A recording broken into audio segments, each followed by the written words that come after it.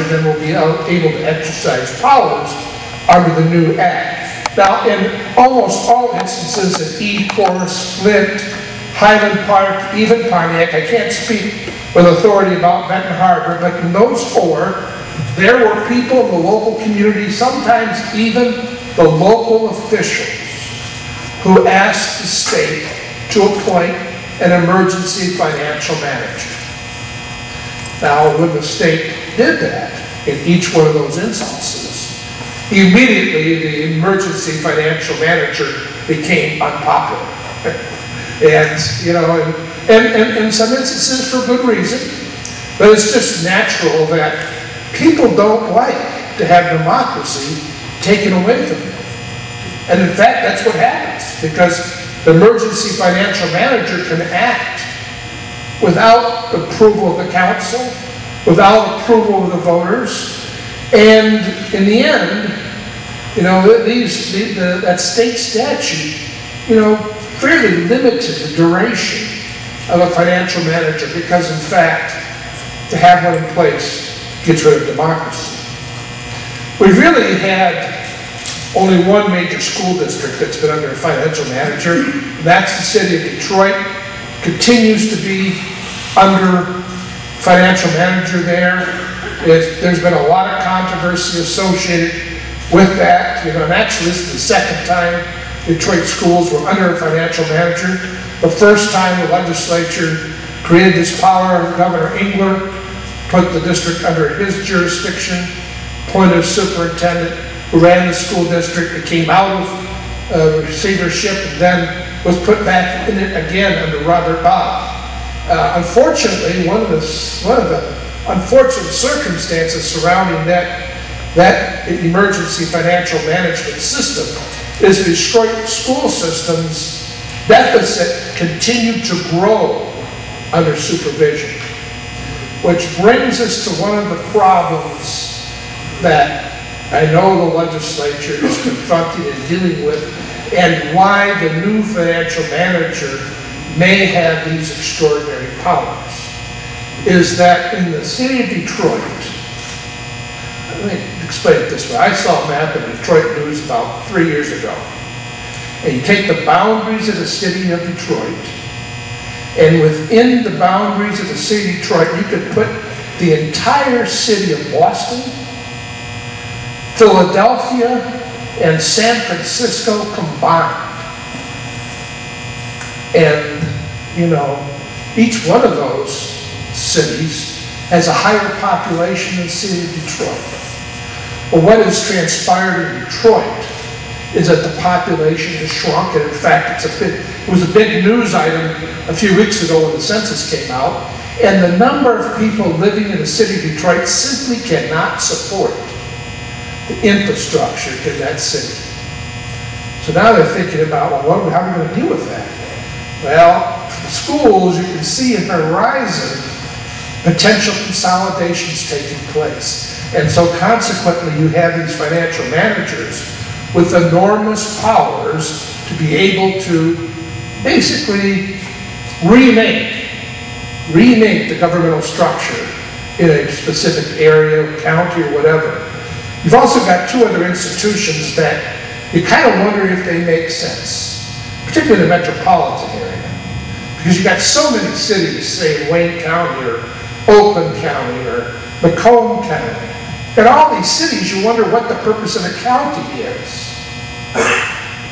Or you've got so many school districts in Wayne County or Macomb County or Oakland County. You begin to wonder what the purpose of the intermediate school district is. Now, if you remember, the reason we drew these counties, you know, the way we did back when we did it in the 1800s, was because we were looking about how long it would take a reasonable buggy ride to get to the county seat. You know, that might take a half a day. So, you know, we designed counties so that people living in those counties could get to the county seat with a reasonable buggy ride. Well, you know, today that buggy goes a lot faster and the tracks are much better improved. So we're now beginning to bring into question whether the economies of scale are right. Perhaps there shouldn't be as many municipalities and we should give counties more power. Or there shouldn't be as many school districts and maybe intermediate school districts should have more power. So that's the debate that's going on, and this financial manager bill has emerged as a response, as a way to deal with those questions. You know, you can debate whether that is the right way to do it or not. Perhaps you should confront the problem straight up and ask the voters to consolidate districts. But you know, I know from being a legislator, I have a community, Berton, Michigan. Berton isn't a very large city geographically, but in Berton, I mean, and it's densely populated. I mean, there are blocks there, you know, they're on a block, they're probably 15 homes, you know, in a square block, they probably, you know, close to 60 homes. So I mean, there's sidewalks, people can walk to school. There are 3 school districts in the city of Berton. Well, no one has ever wanted to consolidate in Berton because, you know, my son played for the Benton Tigers. I'll be doggone if they're going to play for the Benton Bulldogs. And so, I mean, you see those kind of artificial things that make no sense for stating these barriers. And so, one response here is a financial manager. Now, there are times, I truly believe, when school districts and cities get into financial problems and you need to somehow use some discipline to allow it to be put back in shape. I'm not sure that this is a good mechanism for resolving the broader question of how you organize government. Because in the end, people need to make that decision, you know, and perhaps we should give them a chance to do it first. But in the end, that's what's new about this financial manager. We're giving them more powers, and we're allowing the community to be put in these circumstances much earlier in the process. And so that's what we face today, and I'm anxious to hear from the people here as well as to their perspective about what this new legislation means for them. Thank you. My aspect, the way I look at the EFM legislation, the EFM Act as it is now, or law, is through the perspective of the public as a public employee. Okay, I've been a public employee for over 33 years. I have never found myself in a position to read legislation like I have in the past few months, and I think a lot of people are in that same boat right now. But let me go through a few things that the emergency manager can do as it relates to employees. Okay, emergency manager can create new positions and fill vacancies, all at the expense of the local unit of government.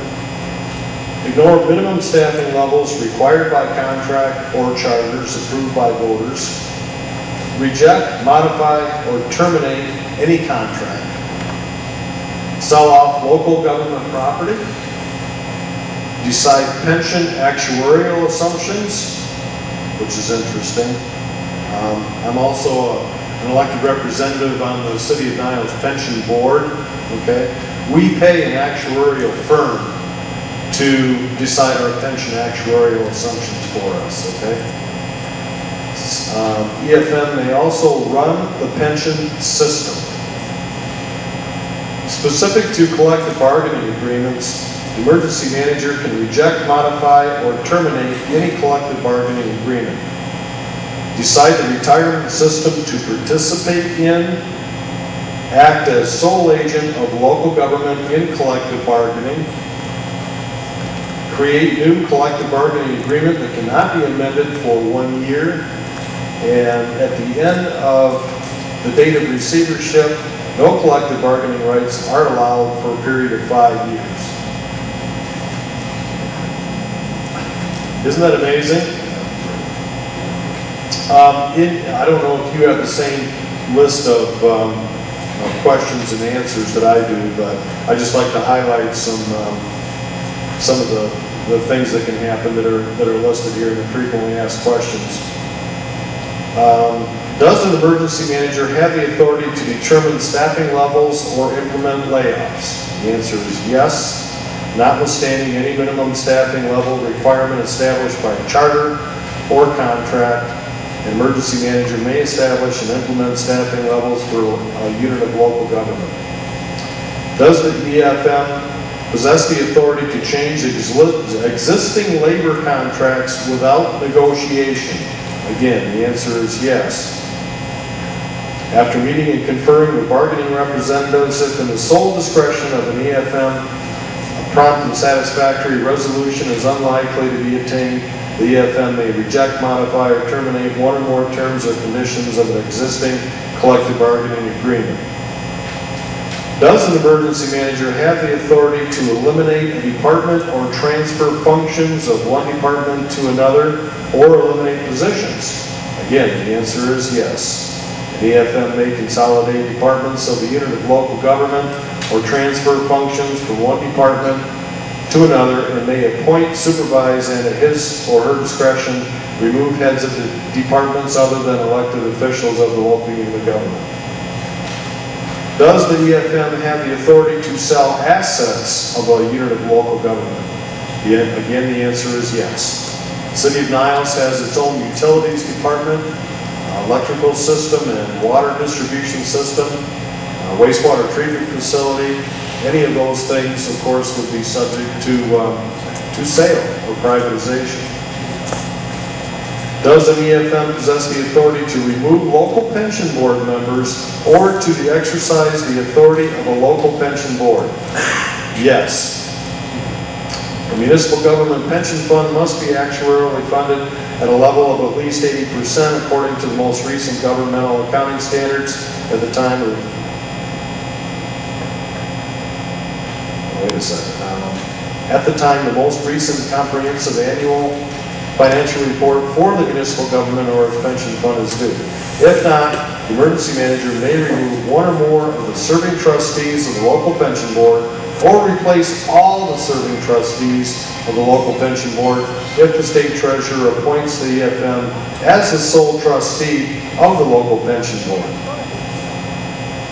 So in effect, what he can do is eliminate the pension board and the state treasurer can appoint the EFM as the sole trustee of the local unit of government's pension board. These are just some of the things that that we all need to be concerned about. As public employee, of course, I'm concerned about the abrogation of my bargaining agreement. Okay, to me, a contract is a sacred thing. And I assume that all public employees that are working under a labor agreement look at it that way. So obviously the thing for public employees to consider is, number one, keeping an eye on the local unit of government's function, finances, etc. And number two, working more closely with our employers to become allies because we're all in the same boat together, ultimately. Okay? So, thank you very much.